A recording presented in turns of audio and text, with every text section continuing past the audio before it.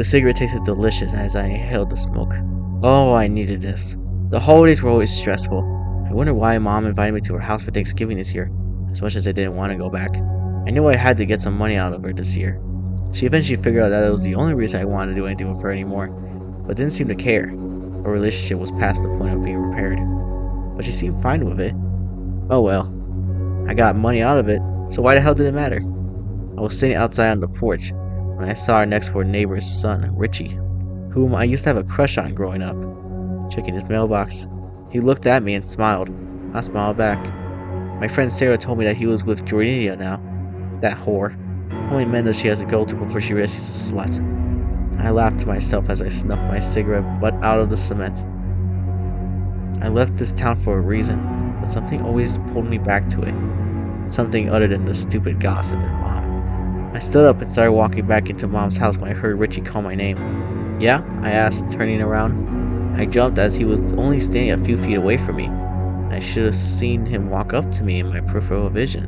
I stared in his glacier blue eyes, expecting to see the same ambitious, passionate, and charismatic Richie that I knew before, but they were empty. I was paralyzed in fear to see his chalky face up close. He looked fine at a distance. What's wrong? What are you doing here? He whispered. I'm visiting my mom, I said. He shook his head and shot a fearful glance towards the house. You have to leave. Things aren't the same here anymore. The town, he said. Richie, what the F is wrong? You're scaring me, I asked. He put his hands on my shoulders and leaned into me. Things have changed, for the worse. When you look at things here, without really looking at them, they appear normal. But they're not. There, he said, trailing off. I heard Mom whistling in the background. Daniela, sweetheart, who are you talking to? She asked. He must have lost his mind. Richie, I replied. Leave and don't come back. It's too late for me, he whispered. Dinner's ready, Mom said, gently pushing him away from me. Want to join us? I asked. He shook his head. Daniela, don't go back in there.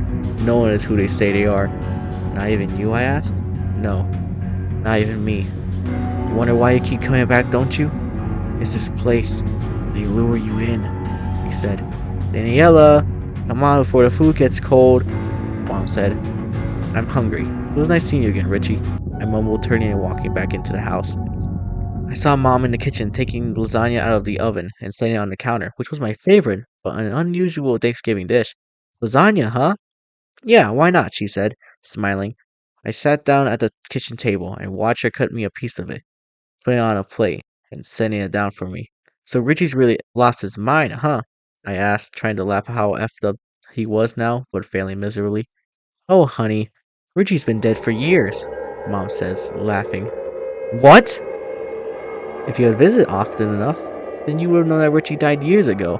Freak accident, she said as she cut herself a piece of lasagna. But you just saw him? Don't give me that bowl, Daniela. You always used to say that. You could see dead people when you were a kid, but you're a big girl now. Eat your food, she said. I grabbed my fork, trembling, and looked down at the lasagna. It seemed to be moving.